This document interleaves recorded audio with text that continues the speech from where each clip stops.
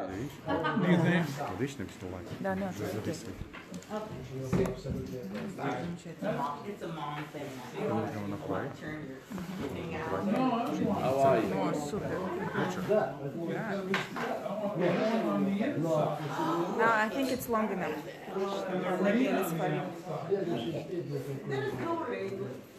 Какая прикольная. תגיד לי, בבקשה כפית בשם. Okay, Moira Vayeitzei, ladies and gentlemen, welcome back. Oh, thank you. Oh, I can see. I can see.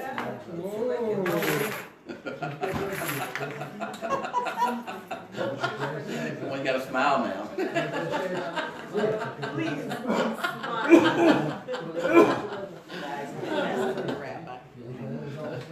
Baruch atah Adinu Eloheinu melech haolam. Amen.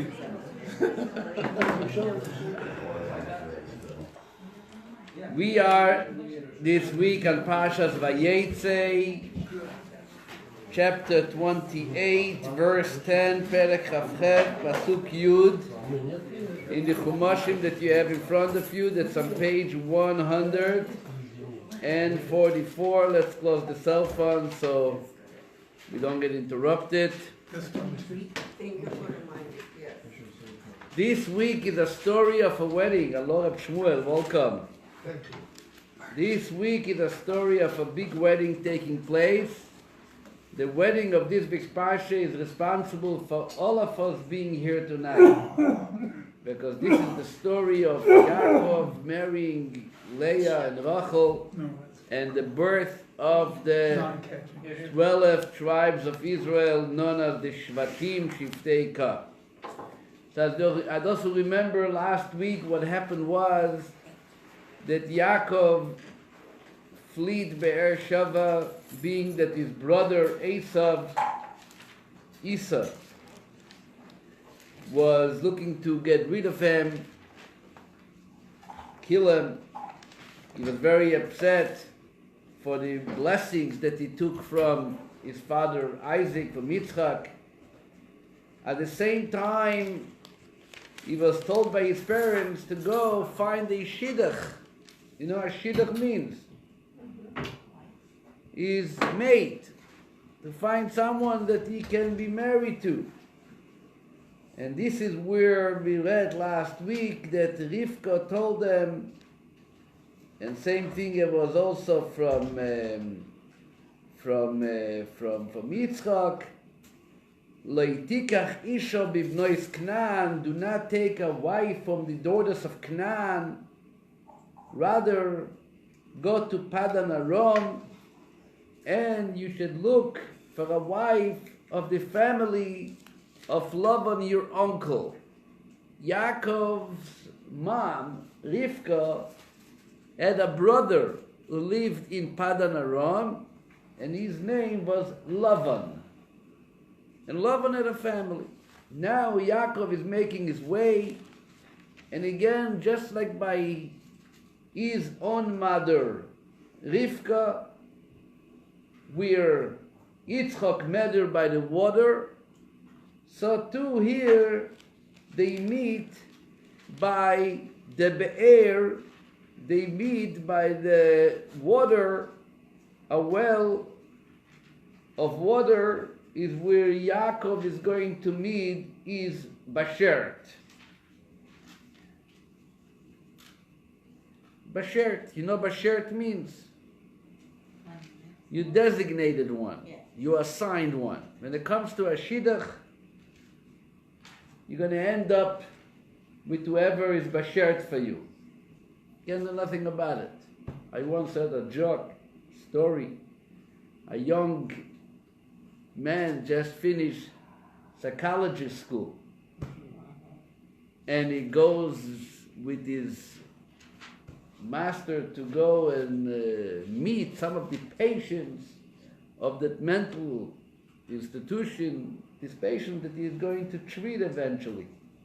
And he comes into a room and he sees a guy sitting there on a chair And he's going, oi, Sarah, Sarah, Sarah, Sarah, Sarah. And the doctor tells him, you know, this guy, when he was young, he wanted very, very much to marry this girl, which her name was Sarah. He was crazy about her. But unfortunately, it didn't work out, and eventually he got sick and mentally disabled, and he sits here all day and he's calling for Sarah. And then they went into a second room, and somebody is sitting on a chair and also banging on the chair and like angrily screaming, "Hey, Sarah, Sarah, Sarah." And he says, "What is this story?" He says, "He's the guy who married Sarah."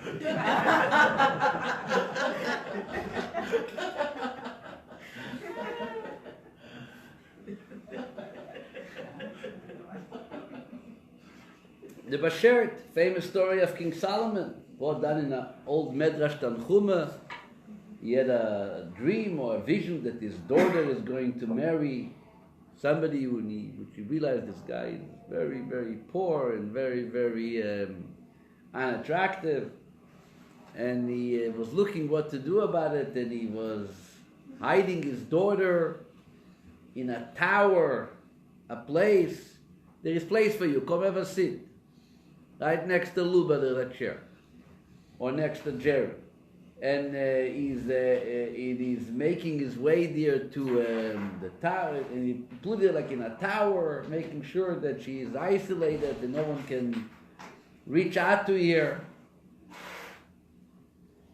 At the same time, there's this poor man who is wandering around the streets, and he's very cold because he is not close to her, and he finds this skin, fur of a corpse, of a dead animal, and he covers himself with that, you know, to get himself warm. And a big bird, a crow, flies by and picks up the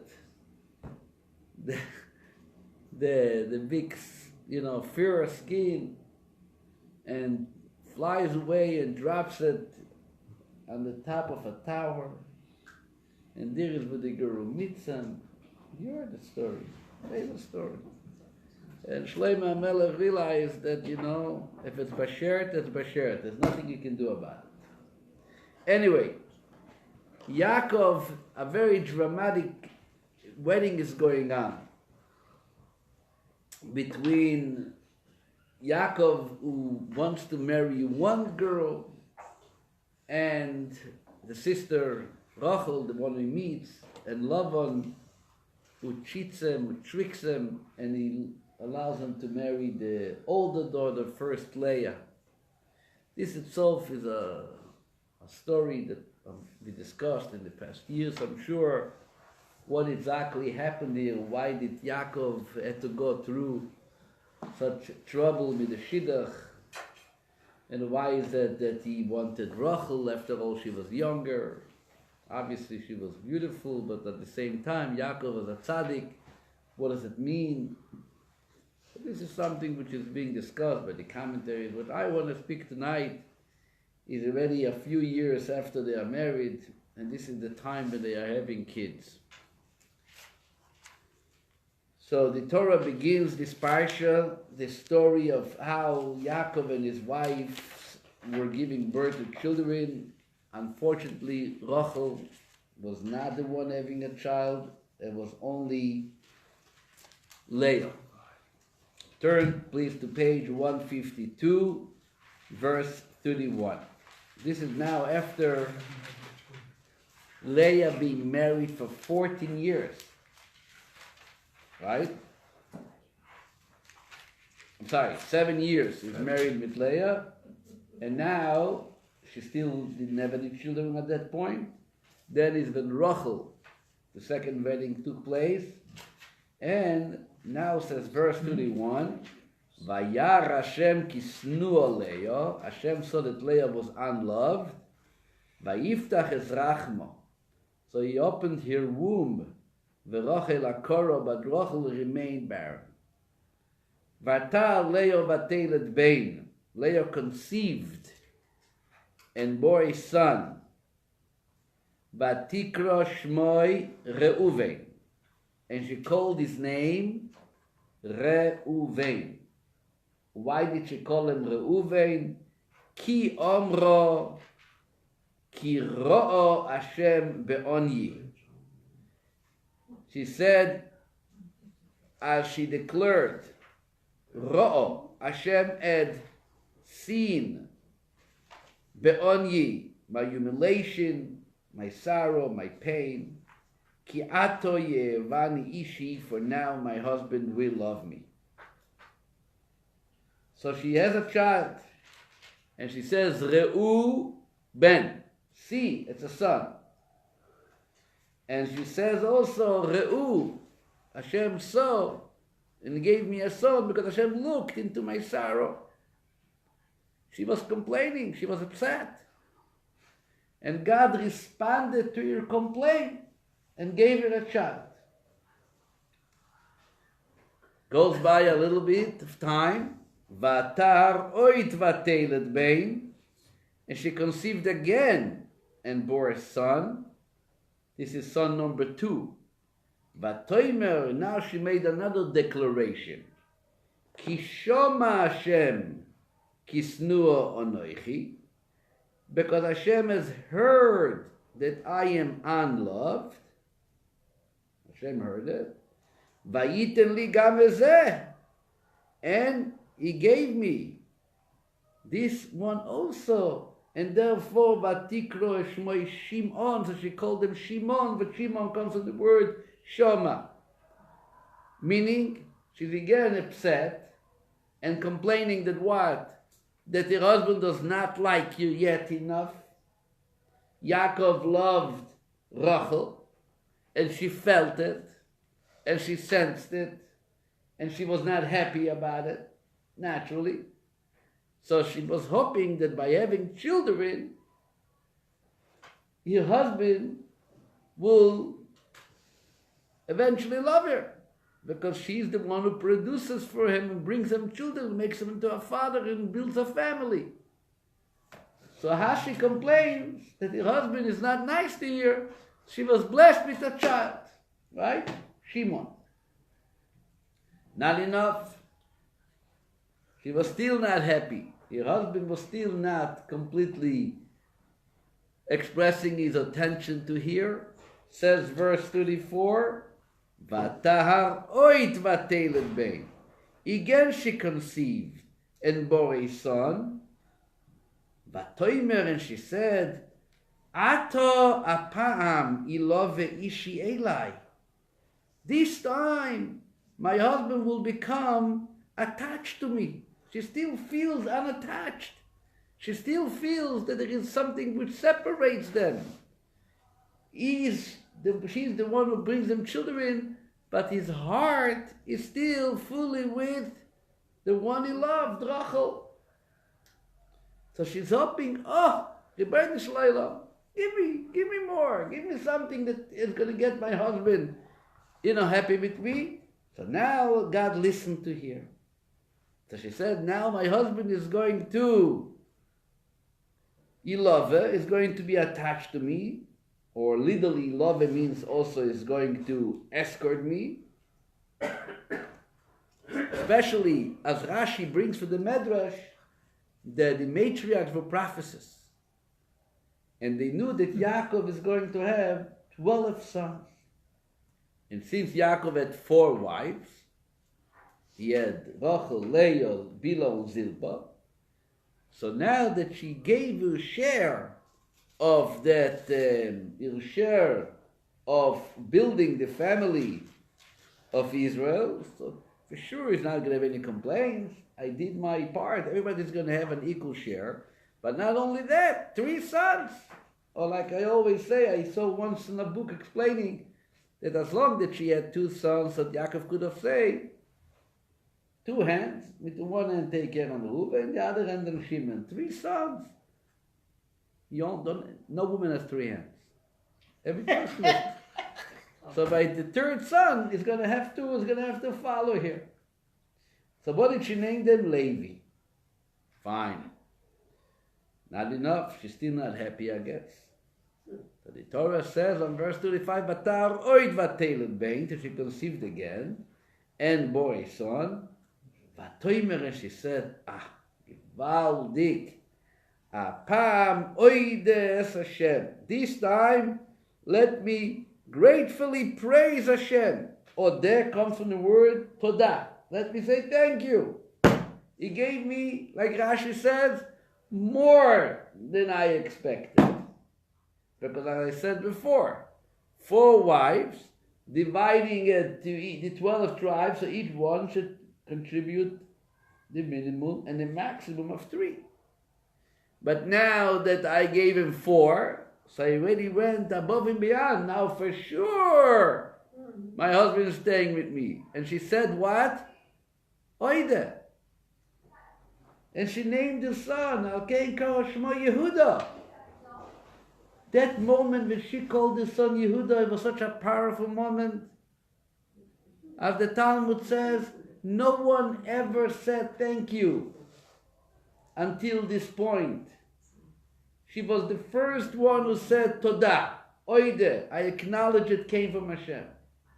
And she takes this thank you and she wants to, declare it in the most,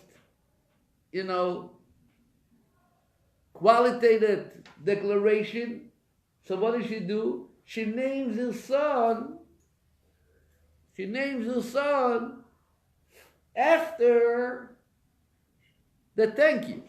So she's always going to remember that son gave us something which made it acknowledge and thank Hashem.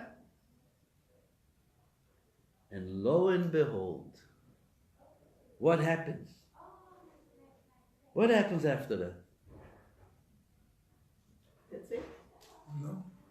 Vatamoid miledes. And she stopped giving birth. The Beide Shalayla. Ma kara? What went wrong? As long as she complained, everything is good. As long as she complains, she keeps on getting another child and another child responding to your complaints. Finally, she stops complaining. And what does she say? God, I like you. Thank you. Yehuda. Oh, you say thank you? Boom. No more kids for you. Hello? Ma kara po? Did you ever heard something?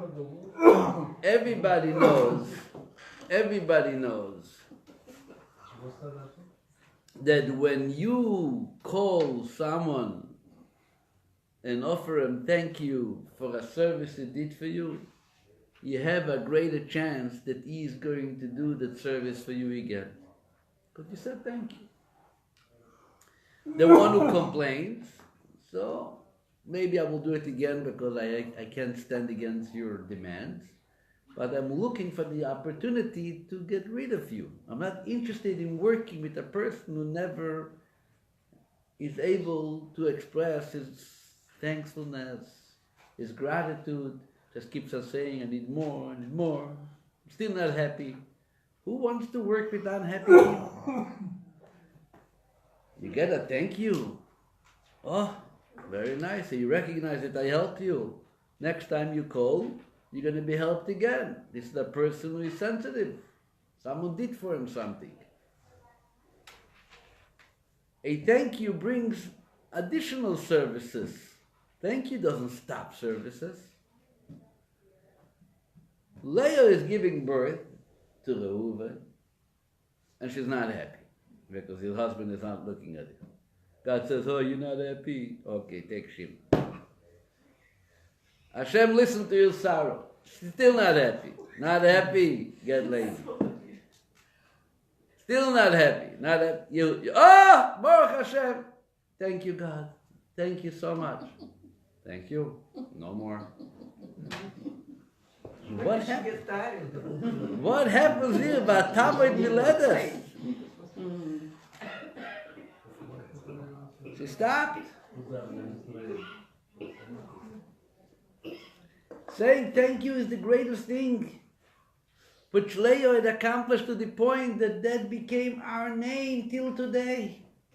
But the Medrash says we are not called Reuvenites, we are not called Shimonites, we are not called Leviites, we are called Yehudim. Yehudim. Jews. Yevrei. Juif. Yahud. What language do you want it? Jid. We are called Yehudim. Why are we called Yehudim? Because this is our greatest privilege, that we are able to recognize God and to say, Baruch Ato Hashem. Thank you, God. Moide ani lefanecha is the first thing that you say every morning. I acknowledge you. Comes every day, we start Shacharit. Hoidul Hashem kiru v'shmoi. Thank you. Recognize you, acknowledge you. The word Todah comes from the word Oda'ah. Moidim chachomim l'Rab Meir, as the Talmud always says, that the rabbis acknowledge Rab Meir's opinion. It's called Modim. I admit that you are the one who is right. That's what the word Yehudim. Surrender. Recognition that there's somebody who provides you and you have to thank him. That's where the name comes from, Yehuda. And what is she rewarded for that name, Yehuda? She is given the name Yehuda, and at the same time God says, okay, in that case, no more. This is not my question. Over here I brought some books from my home, and here I have a Hasidic book which Mr. Weiss, Rochi's grandfather, used to study this book. He was a student of Rabbi Melech of Lizensk. He wrote a book called Mord Vashemesh. Kloinim Muskalman, he was a rabbi in Krakow, Hasidic rabbi in Krakow. And on this week's Parsha, when it comes to that verse that we just read about Yehuda, so he writes exactly those words. Batal Leo, Bateled Bain, Batoimer Apam Oides Hashem, Alkin Korish Mo Yehuda, Batamoin Miledes, and she stopped having kids. So he says, Ma yashmeuna b'zeh she'omdo miledes achash narad Yehuda. First of all, why does the Torah have to tell it to us? Especially, we're going to learn later that she did have 2 more kids, as we're going to see later. But then he says, B'tzorech lavin, ma chata b'zeh? What was the sin? Machmazeh she'omru apam moides Hashem, because she said, I thank you, God. Al Kain, therefore, Batamoid Miledes, therefore she stopped having kids, and she's going to have to go through a bunch of trouble, and she's going to start having kids again. What happened over here? What was the scene of saying thank you? Is there possible something wrong with saying thank you?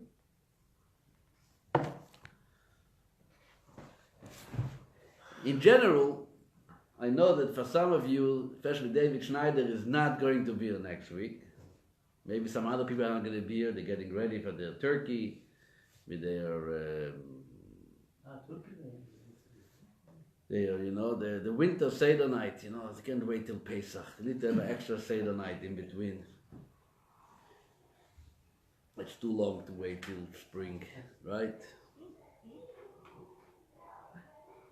So what happens on Thanksgiving? You say thank you. So you have to be careful. Sometimes you can say thank you, and the next thing you know, you stop having children. I don't mean only children. You stop getting what you were expecting to get. So the question is, how should one say thank you? You're going to sit down with your family and friends and whoever you're going to join. How are you going to make sure that the thank you is not a thank you for which can stop you from being provided, but rather a thank you which will increase in the goodness and happiness and kindness which will continue the following year. So so we have, therefore we are further wanting to understand what happened over here to Leah. What was wrong with the thank you? In general, like I said before, The Gemara actually says that Til Leo, nobody said thank you. Obviously, it doesn't mean that nobody said thank you. Leo himself probably said thank you before too. I mean, the first one who recognizes, she said, Hashem looked to my pain, Hashem heard me. So, most commentaries say that the thank you, what she said after having Yehuda, was on a whole different level. On a different level, a different type of thank you. You know, you can say thank you, and you can say thank you. The next time you sit with your child or grandchild by the table by supper, you give him supper, he might say thank you. And you give him ice cream, then you hear, aha, thank you. It's a different thank you. It's a different tune. It's a different song. It's come with a whole, a different feel. So it could be Leah after 4 children. The thank you was a stronger thank you. Yet, other commentators say also a beautiful insight. Why is she the first one recognized for saying thank you?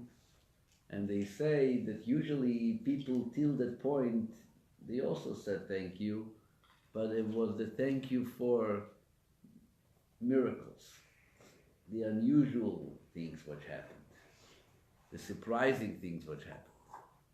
For the natural phenomena of life, they took it, this is a part of nature.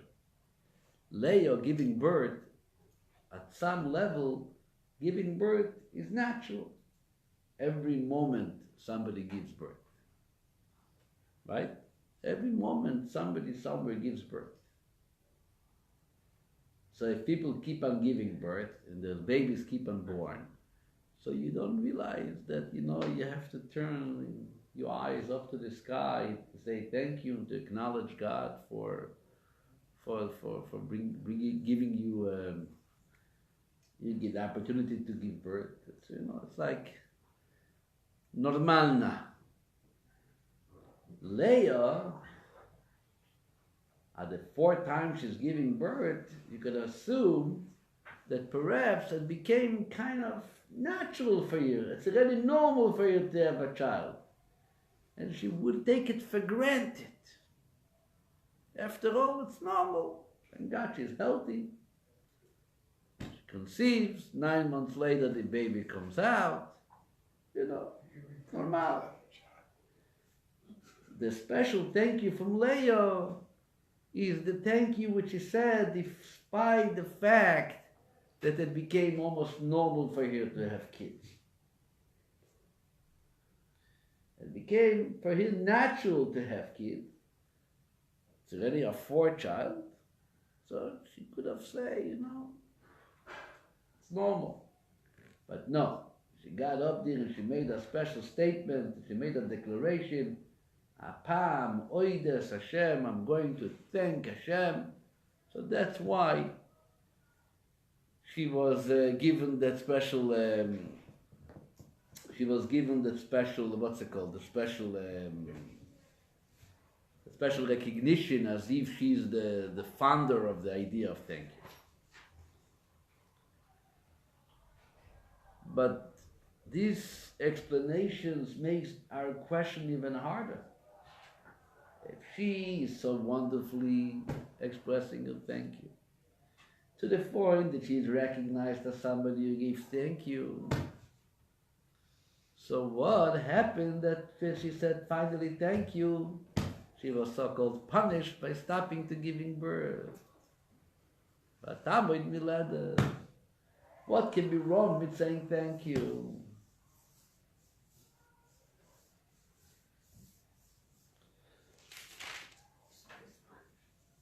How old was Leah when she was? How old was Leah? I don't know. Because women stop at a certain age. But she didn't stop. No, so I want to show you, it didn't stop. There was somehow, things didn't work. Like the Torah said, "V'tamod biledes," it stopped. And then there is a story, one page later. If you go down to verse 14 on the next page, 154, this is already after a few children are being born to Yaakov without Leah. Without Leah, Bilhah gave birth to Dan, and then she gave birth to Naphtali. Zilpah gave birth to Gad. Zilpah gave birth to Asher. So there is already 4 other children being born, while Leah is still not able to give birth. Then there is a story, a famous story, started on verse 14. Vayelech Reuven, Reuven, who was the son of Leah, went out in the days, and he went to, there was the days of the wheat harvest, and he found Dudaim. Dudaim is a type of grass which can help you. It's a fertility medicine called Dudaim. People think it's different thing. Here in Shul, one Shabbat, Yaakov Babachanov came into Shul with a bunch of mint leaves. He said it's Dudaim. He's growing Dudaim on his porch.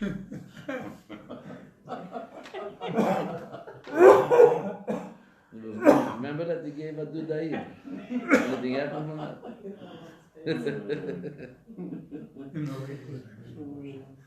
Rashi says it's called in Arabic Yasmin.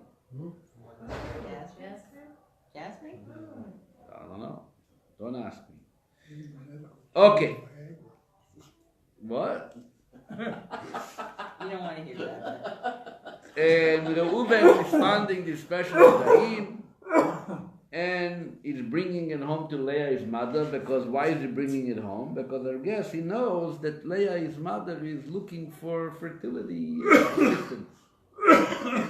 It's already a while that she doesn't conceive. Since when? Since when? Since she said thank you. So at that time, Rachel realizes that Leah has it. So Rachel turns to Leah and she says, please give me some of your son's dudaim. And you can see Leah is not giving up. She said, hey, you take my husband, and now you take away my dudaim. And Rachel, who wanted so much to try this medicine, so to speak, is letting Yaakov to be with Leah. She's not moving into the tent of Yaakov that evening. And from that evening comes out a child again to Leah, and she calls him Issachar. And why does she call him Issachar? From the word schar. And she says on verse 18, Batoim eleo nosan eloikim schori. God has granted me my reward. My reward. And this is the name Issachar. And she keeps on having another child. And not only that, these children by Leah, she is the one who gets the whole package. It says in Pirkei Avot that Israel is blessed with 3 crowns. The crown of Torah, the crown of priesthood, and the crown of royalty, of kingship. Keter Torah, Keter Kehuna, Keter Malchus. All those crowns, by the way, stay with Leah.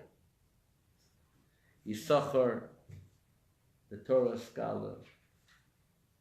Levi, the priest. The Kohen, the Levi, is Leah's children. Yehuda, royalty, Malchus, King David, Moshiach, all stays with Leah. Rachel never doesn't get any of this.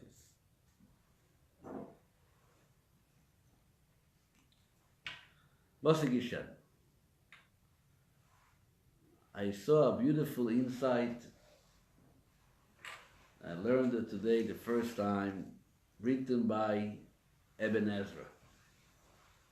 Ibn Ezra, we spoke about him. He was a famous sage of Spain. What a beautiful commentary on the Torah, not always easy to understand. Even so, if someone who went through a very troubled life. Poverty, famous thing that he says about himself, because every time he tried a business, he went bankrupt. And he said that if I'm going to invest in shreds, no one's going to die.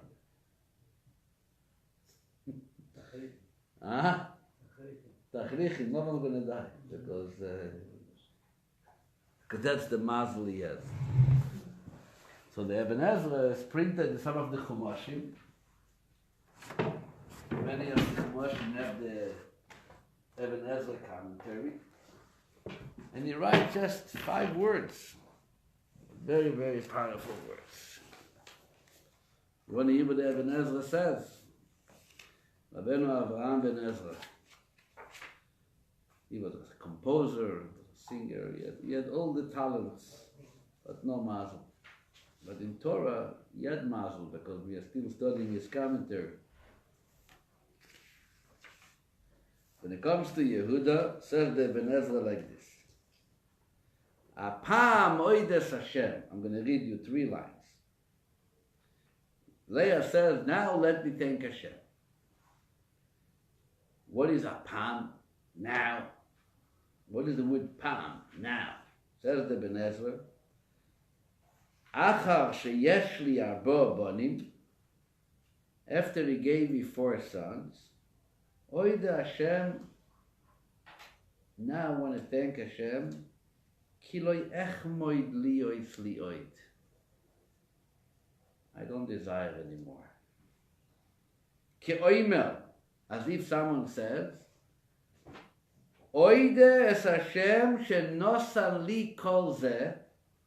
I'm thanking Hashem for giving all this to me. Veyaspik li. And enough.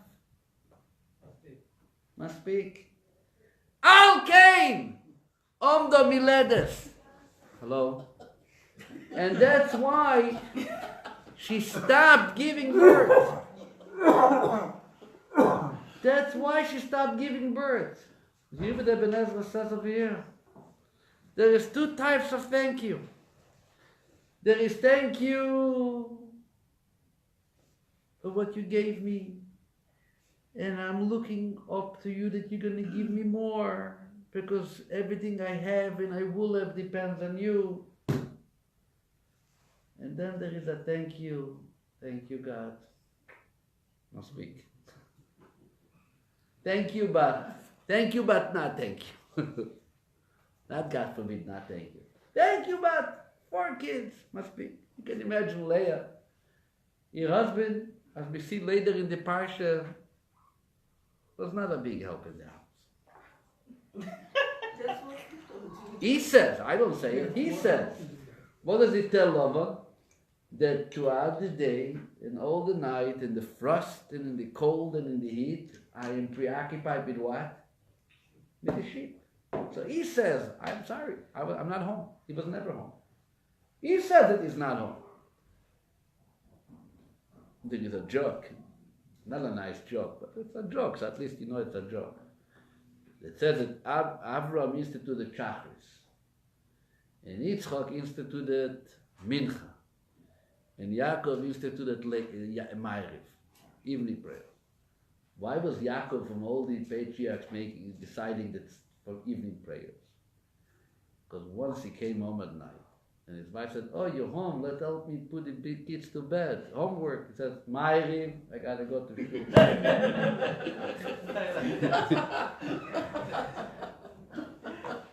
Evening prayers. No. Ma'ariv. You have 12 kids. What do? You go to Ma'ariv. With 12 children, I'm sure if more people in Bellevue would have had 12 kids, they would have been some of the fathers would have been at class tonight. The reason they stay home, because there's no one to bother. Right? Yaakov is busy. He's working for Lavan. Not only did he work till he got married with Rachel, he worked very hard. And if you want to see later in the Parsha, you're going to see the way he describes the difficulty of his work, non-stop. After the kids are born, non-stop. He says, the heat consumed me by day. He was dealing with the frost, with the bitter cold at night. This is what he was preoccupied with. No, I don't know what the reason was. I can't say for sure that was the reason. But the Ibn Ezra says that there was an undertone in that thank you. It wasn't a thank you Hashem and I'm ready for more. It was thank you Hashem, must speak. This is not the Jewish way. This is not the godly way. You worry that you're not going to have strength for a fifth child, for a sixth child. The one who gives you children is going to give you the strength to deal with that. Why do you want kids? For self-glorification. You want kids because that's what God wants from you. To build a family. And to continue society. So what are you stopping? She said thank you and thank you. Maspik. Aya yafe. It was great, God. You know, we have a prayer. We have a prayer. You want to close the door there? Maybe. Thank you. Huh? When it comes in the morning, not in the morning, when somebody goes through a situation where he feels specifically that God helped them, someone recovering from an illness, the listing of prison, of a hospital, crossing the sea in the old days, even today, you have a blessing called Hagomel.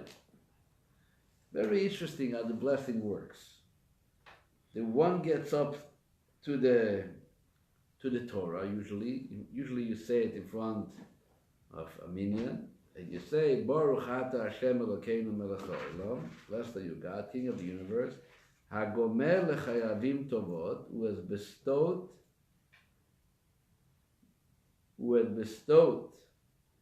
tovot, good things, beneficence, even for those who don't deserve. Malanito. He bestowed goodness upon me. Right? What is the response? What is the response? It would have been normal to respond, Amen. Like every blessing. No. What's the response? Amen is the first part of the response. Amen. And then we all say, Mi shegmalcha tov. He who has bestowed goodness upon you, Igmalcha kol tuv sela, should continue bestowing goodness upon you forever. You understand what's going on over here? You don't want it to can sound like greediness. Come on, he gave you good. Genug. Say thank you, move on. No. What does it mean, genug? What does it mean, genug? What does it mean, enough? Are we talking about selfish gains and selfish accomplishment? We're talking about that Hashem gives us life and opportunities to make the world better, to make ourselves better. So why should we stop? If you see somebody was provided with goodness, immediately say, let him have more good days, more good things should happen to him. Sometimes people sit down and they're starting to say thank you and they feel like embarrassed to ask for more.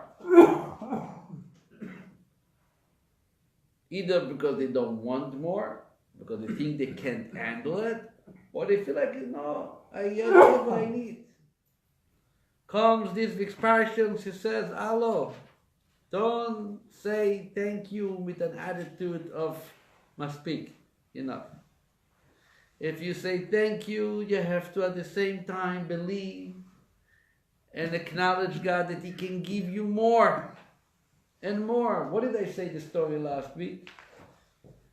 What was the story last week about this rabbi who was dealing with fertility issues? Those who were here Shabbat, you were here. You heard the story I shared.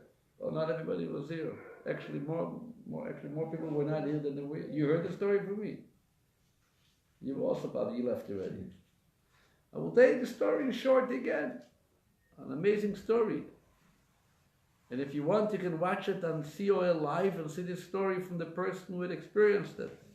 But I heard the story from him last week, 2 weeks ago in New York, and I shared it here in Shul last week.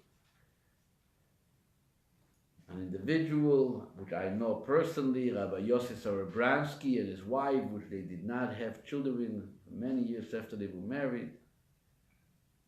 They are shluchim in Colorado, which they were going through a lot of treatment until finally they were given one child, but they wanted more, and the doctor said it's never going to happen. And they actually went to the Ohel, to the Rebbe's gravesite, writing a note that this is what the doctor said. And at the same time, somewhere in Pennsylvania, at a memorial prayer for the Shluchim Gabi and Rivki Olsberg, who died brutally, who were murdered in the famous attack 10 years ago on Mumbai, Chabad. A doctor said, and listened to the story, and he went over to the rabbi there, which neither was he a relative to Gabi and Rivki Olsberg, nor is he related to Rabbi Sorobransky. But the doctor said, listen, they were taking 5 lives. I want to bring back those 5 lives. He had a clinic of fertility, and he said, I'm going to sponsor for free 5 couples who need help with fertility. Which Rabbi Sherman did the connection by introducing this couple, Sorobransky's from Denver, to the doctor of his community in Pennsylvania. And he helped them. And they gave birth to 2 more children. And the story, as he said the story, that after he gave birth to 2 children, twin girls, so the doctor says, now be careful. After going through that process, now you can become naturally conceiving. So maybe you should look into birth control. And Rabbi Sorobransky and his wife said, are you crazy? He's spending all this effort and all our strength, we're giving in to be blessed with a child. And now that God blessed us, we're going to stop that blessing. But after fertility and twins, right away to get into a 3rd child is not easy. So they were blessed with a natural child right after that, because they did not stop. They said, thank you, but give us more. You can, whatever you want, God. You are very happy to become a conduit for your blessings. I will never forget that actually it was on Thanksgiving, 16 years ago. 16 years ago, Thanksgiving, I was in Los Angeles, California.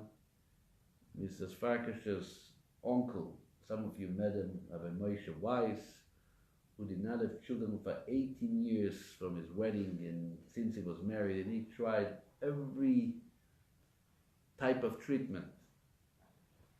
He traveled the world to see what they can do for them, to be blessed with a child.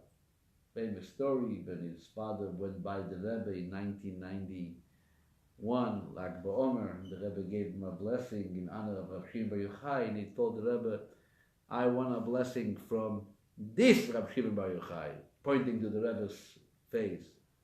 Don't send me to the Rav Shimon Bar Yochai. And the Rebbe promised then, the Rebbe said there will be boys and girls. Anyway, a few years later, press forward, is when they will find they will blessed with twin boys. The twin boys are the same age of my son Moshe Yonah, and they go together in the same yeshiva. Now they are classmates for the last 4 years. Yonah, one of the boys is actually also Yonah, like Moshe Yonah. They're named after the same great-grandfather. And one is Menachem Mendel, obviously. So when it was the bris, obviously we flew down to Los Angeles. There was a big to-do, after 18 years, twin boys, it was a bris. You ever saw a bris with music? A band playing at a bris? You never saw such a thing. Weird. They wanted to play music, so they had a baby. I'm talking, we had a baby, and therefore they had music. There was a band. A full band was playing music, celebrating. There was dancing at like a wedding. But never forget, there was like a tent in the back of the shul in Sherman Oaks, California, and there was a band, and people were dancing. It was an unbelievable simcha. It was a real simcha, and it happened to be it was on Thanksgiving Day. So by the bris, naturally, they asked the grandfather, Mr. Weiss, to get up and say a few words. What I expected, what everybody expected, is going to get up and say, thank you. I recognize after all the years, my daughter-in-law, my son gave birth to 2 children. I'm so happy. I want to thank Hashem. He gets up there. This is how he started to speak. 1991, I went by the Rebbe with my son. We asked for a blessing. And the Rebbe said, what? Boys and girls. So, Rebbeinu Shloilem Rebbe Minadon, thank you for the 2 boys, but now I want the girls. That's how he started up. And you know what? A year or 2 later, they gave birth to a girl. Kana. But that was that's the nature of a real thank you. The nature of a real thank you is that I am here not to relax and to enjoy the tranquility of this world. And if I had already my 2 children, I gave my contribution to society, and that's it. You say thank you, and you say, Rebbeinu Shloilem, Master of the world, give me another chance. I can say more thank you to you. Don't stop me. I want to say another thank you. Give me more chances for thank you. I had 1 wedding, let me have a 2nd wedding. Let my friend have a wedding. Give me opportunities so I can keep on going and saying thank you. I once heard a story in Jerusalem. There was a rabbi, which they were going to Nebuch. He had a big problem with his foot, and they were going to decapitate his foot, his leg. Amputate. Decapitate is the head. Yeah. They were going to amputate his leg. And it was a big to-do. He was a young man, and people were praying, and it was all to do. And you know what? Somehow they were able to figure it out to save the leg. And the family made a big celebration called Seuda Soidoa, a thank you meal, a feast to thank Hashem. And the father gets up there and he says, we are sitting here and I hear speeches about how much we have to thank Hashem that my son's leg was miraculously saved. But what about thanking Hashem for the 2nd leg, which never had a problem from the get-go? Making a party for that leg? This is also a leg. Happens to be that Baruch Hashem, that leg goes and it was not diagnosed with anything. Don't dead deserve a thank you? Shkoyach, I have a leg which walks. No. You have a troubled leg, then we make up Baruch Hashem that it will say. Every day we have to say thank you. Moide Ani. Moide Ani is not only a need. Moide Ani is not only something that we need to do every morning. Moide Ani is something which should spontaneously come out of our mouth every morning without being told to say Moide Ani. People ask me sometimes, I have problems getting up. Problems getting up. Baruch Hashem, somehow I don't have that problem as I'm getting older, for sure not. Problem getting up. No, is it going to be light outside already? Let's get up already. Why is it only 5? Let it be 6. No, let's get up. Right? But some people still have problems getting up. They're up, but they don't feel like leaving their bed. Saying Moida'ani and realizing, thank you Hashem that you brought me back to life, should get you up. This itself should get you up. So my dear friends, as you all, those who are going to be away next week for Thanksgiving, I want to wish you a very beautiful thank you. You should know what to say thank you. But I want to make an announcement. Being that usually the night before Thanksgiving, some people are away and some people are busy and face all the good things, I'm going to have next week's class on Tuesday night. Even the Schneider's not going to be here anyway, but we're going to do it on Tuesday night, not Wednesday night. Okay? So mark your calendars, Tuesday 9:30, we're going to learn the Parsha class, so you can see the Wednesday night at home and what's it called, and prepare your turkey. Prepare it.